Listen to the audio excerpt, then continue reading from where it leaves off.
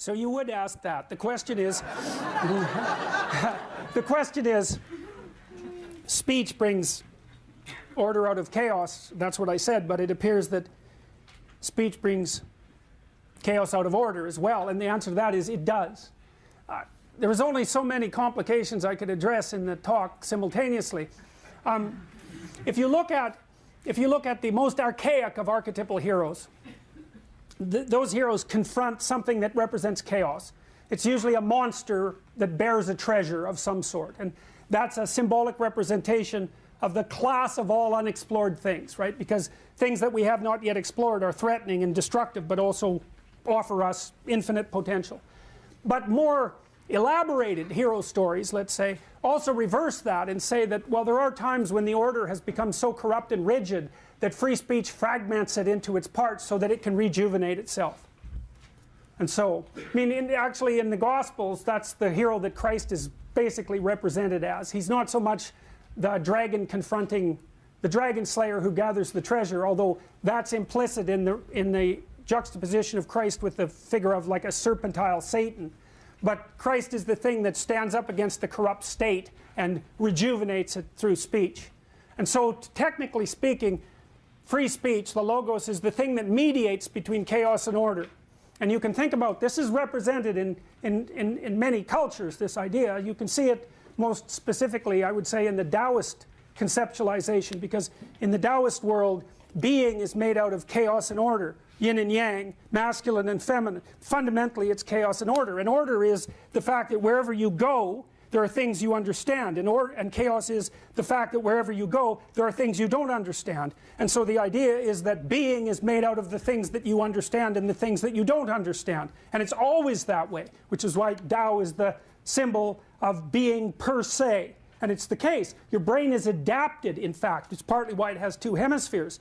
For the world that you understand and the world you don't understand. The world you understand, roughly speaking, being handled by the left, and the world you don't understand, roughly speaking, being handled by the right.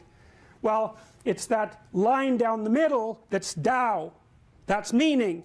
And if you have one foot in chaos and one foot in order, you're maximizing information flow and rejuvenating yourself at the same time that you're maintaining your structure. And you will report on that internally as engagement in the world.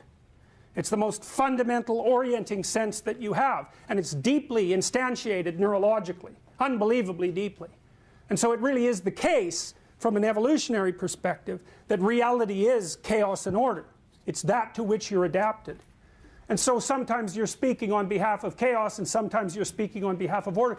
It's more complicated than that too, though, because when we have a dialogue, say, and we're mutually attempting to climb towards the truth instead of convincing each other that we're right, say, then what we're doing is engaging in the simultaneous fragmentation of old and archaic belief systems, and they're updating. And you can experience that because someone will say something that sets you back, and then you'll get what they're saying and it'll click together, and what you're experiencing is the death of an old conceptualization structure, its disintegration, and then its reconfiguration in a tighter order. And people love that. They live for that. It's what keeps you alive. And you can experience that in a deep conversation, a truthful conversation, a meeting of the minds and soul. And people love that. It's curative. All psychotherapists know this, because what you do in psychotherapy as well, in addition to helping people face the things that they're most afraid of so that they can overcome them, is to allow them to tell someone the truth. What happened to you? I'll listen. So they tell you, and they take themselves apart and put themselves together while they're speaking the truth about what happened. And it puts them together. It's at the two fundamental elements of psychotherapy are, let's find what you're afraid of and avoiding and help you confront it so that you can gather the information that's there. And let's allow you to lay your story out in all of its catastrophe and detail so that you can straighten yourself out through speech. It's exactly what happens in psychotherapy. So, and it should happen in every real relationship. It's the spiritual purpose of a marriage, fundamentally, right? Because you face someone who's different than you, that you're tied to and cannot run from.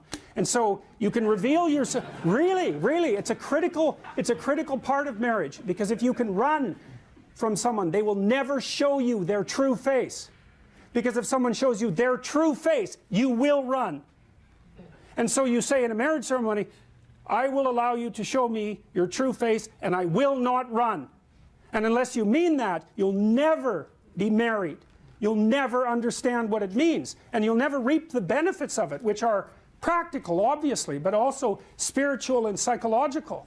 There's a reason for the vow, but it has to be a vow.